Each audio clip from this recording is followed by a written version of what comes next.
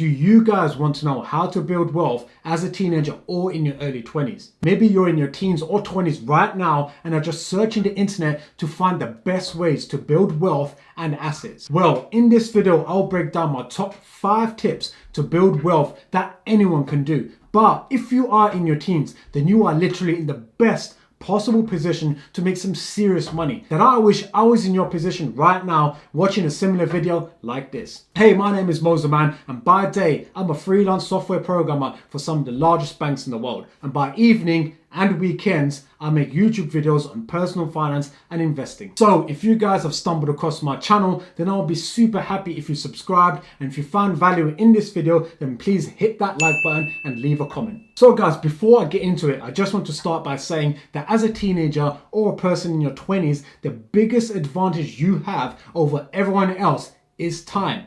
Those people who understand that they have time and are patient are 9 times out of 10 the ones who are going to be most successful. I know it's a difficult concept to grasp, especially when you've got Instagram, Facebook, Snapchat and TikTok constantly showing you guys feeds of successful people. But remember, these people are only showing you the good times. They're not showing you the years and years of hard work and grind they had to go through to get to that position.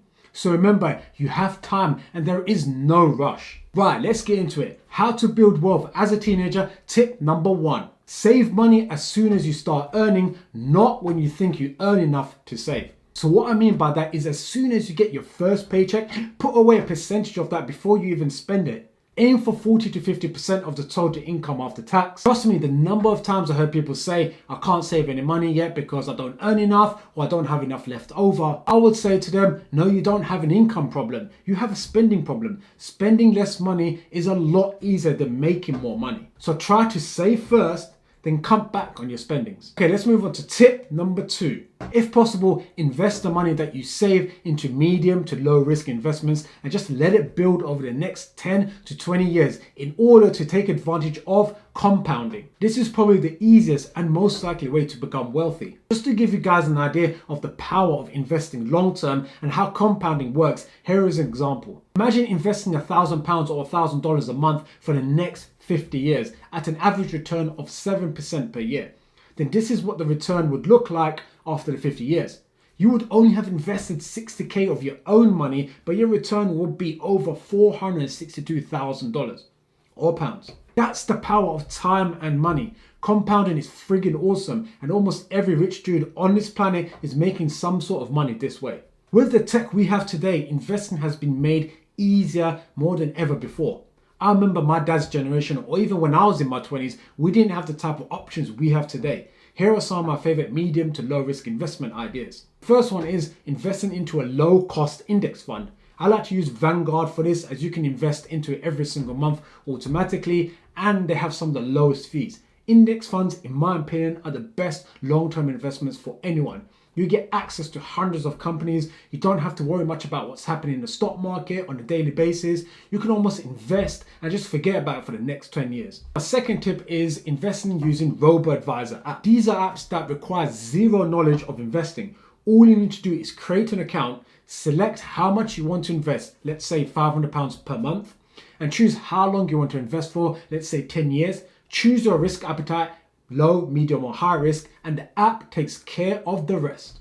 It's so easy and is becoming very, very popular among beginners and intermediate investors. Third idea is you also have access to commission-free trading platforms like Trading 212, Free Trade and Stake. So you can start investing with small amounts of money without having to worry about fees or charges at all. But you need some investment knowledge here to do this, so I would recommend sticking to index funds if you are a newbie. Now let's move on to tip number 3. Take more risks. Make mistakes now. If you're in a low earning job, maybe change jobs or even career. This is the time to do it. So it's very hard in your 40s or even your 30s to change careers. Look to start a business. Try different things. If it fails, then it's not that bad. You've got time to recover. Hopefully you don't have kids to feed or anything like that, so you can make these mistakes now. One of the biggest regrets I hear from my friends and within my own circle is that we didn't do something like start a business or take more risks when we were younger. And I know it's never too late, but trust me, when you've got a wife, kids and a mortgage, it becomes really difficult to take risks now, and mistakes are just too costly. Also, when you're younger, there's a lot less pressure to be successful. Imagine being in your 40s. with kids and a wife, and you decide to give up your job to start selling t-shirts or something. The pressure to make ends meet would be immense. Your kids will need school clothes, or it's their birthdays. The wife wants to go on a family holiday. Oh, we need a new kitchen now. It's just nuts. Okay, tip number 4.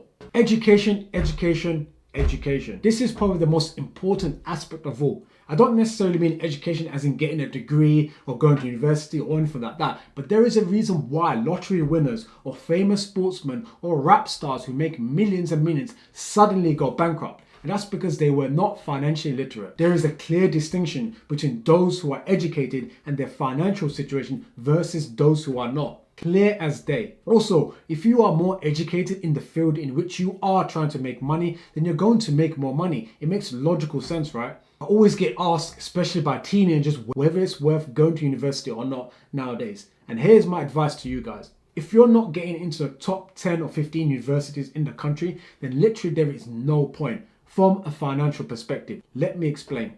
Of all the people that I grew up with who went to university, those of us who went to the top ones are now starting to make the bigger money. The 6 figures, the bigger bonuses, the better promotions, etc. Those who didn't are still stuck making less than 40k with little to no career progression. Just living paycheck to paycheck in some cases and still paying off their student loan with no end in sight. Now this is why I say there's no point going to university if you're not going to go to the top 15, because there are a lot less jobs paying the big bucks. So the competition is so fierce. What I would do is maybe do an apprenticeship or maybe take some specific courses that you can use straight away. Let me give you an example.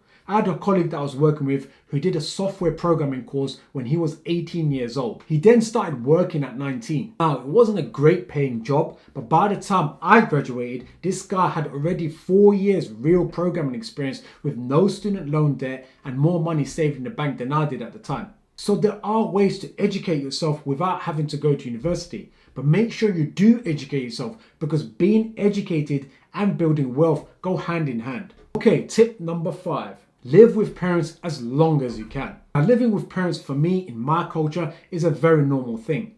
I mean, I only properly moved out when I got married, so I lived with my parents for most of my 20s.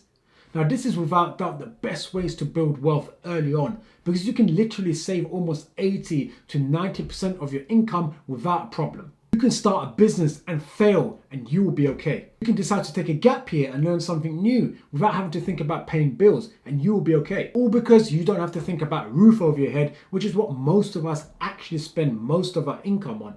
And I think this is the reason why kids who have immigrant parents are perceived to be doing so well with their finances compared to others. It's not because we earn more or we are necessarily more educated or work harder. I genuinely think it's because we are more willing to make sacrifices like living at home and not get that £1,500 a month apartment. I was actually quite shocked when I heard one of my old colleagues telling me that the 18-year-old son moved out into his apartment, which cost most of his monthly wages. And he used to sometimes ask his dad for extra money for the weekend because he wanted to go out drinking. It's bizarre to me, but I can imagine it's very normal. Living with my parents is the reason why I was able to buy a 5-bedroom detached home near London, why I was able to make 6-figure investments, and why I'm able to work so flexibly with my freelance career.